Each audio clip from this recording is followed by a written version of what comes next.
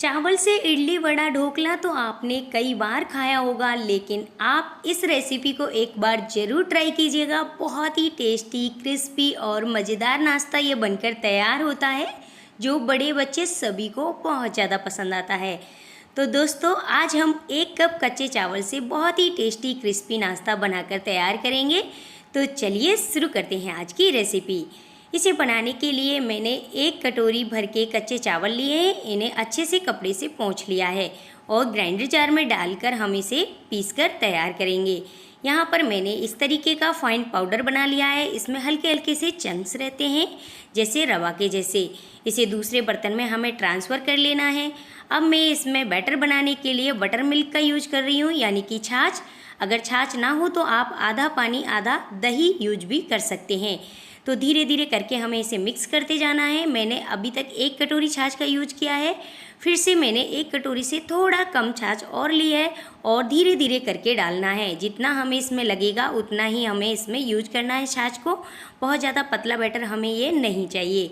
तो देखिए, लगातार चलाते रहने हैं और इसमें धीरे धीरे करके हम छाछ को ऐड करते जाएंगे।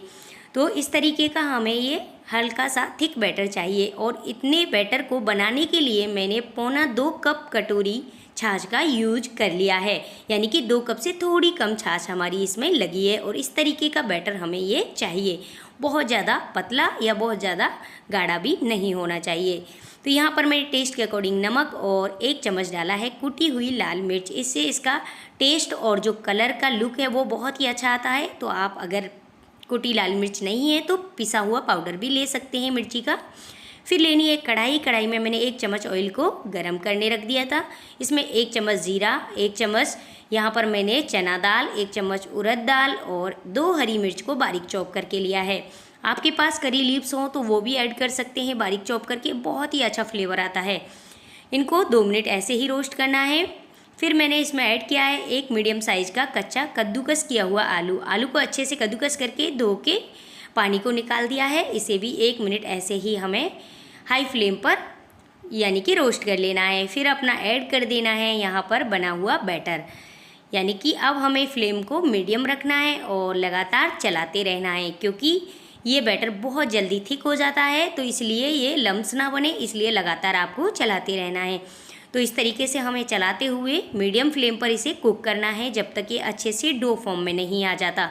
तो दोस्तों, जो ये नाश्ता है वो बहुत ही ज़्यादा टेस्टी, हेल्दी और क्रिस्पी बनकर तैयार होता है। तो आप इस नाश्ते को मॉर्निंग में या इवनिंग में किसी भी टाइम बनाकर बच्चों को दे सकते हैं। बहुत ही टेस्टी, क्रिस्पी ये नाश्ता हमारा बनकर तैयार होता है। तो दोस्तों, लगातार चलाते हुए मुझे 5 से 6 मिनट हो गए हैं और देखिए बिल्कुल हमारा जो डो है वो एकदम थिक हो गया है। और इस तरीके से हमें कढ़ाई को अच्छे से कपड़े से पकड़कर यानी कि इसको चलाना है, नहीं तो हमारी कढ़ाई चारों तरफ हिलेगी। और देखिए एकदम ये थिक हो गया है और डो फॉर्म में हमारा ये जो बैटर है वो आ गया है। और इतना ही हमें इसे कुक करना है। और अब इसे हमें ढक कर के 5 मिनट ऐसे ही कढ़ाई में छोड़ देना है, जिससे स्टीम से भी अच्छे से कुक हो जाएगा।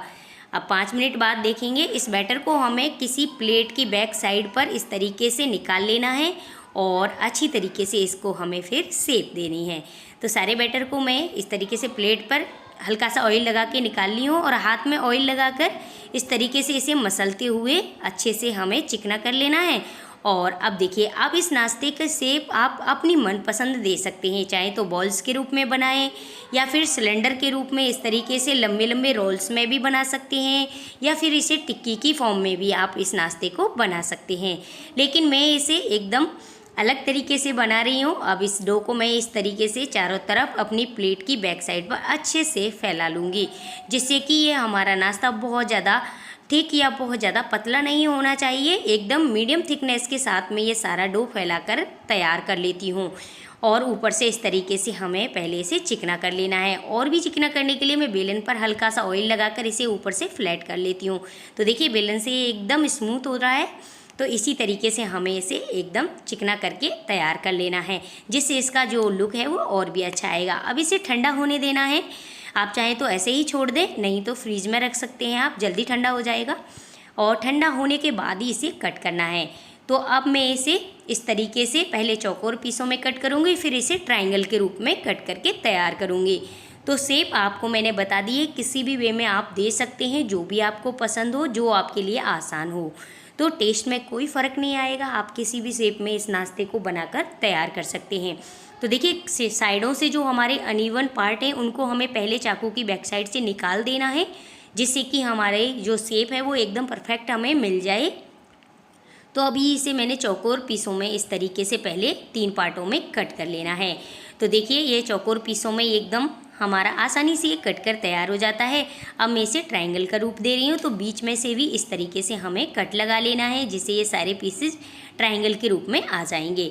और एक एक करके हम इसे किसी फ्लैट पलटे की सहायता से पहले दूसरी प्लेट में निकाल कर रख लेते हैं, जिससे कि इसे हमें फ्राई करते हुए टाइम नहीं लगेगा और आसानी से हम इसे उठा पाएंगे।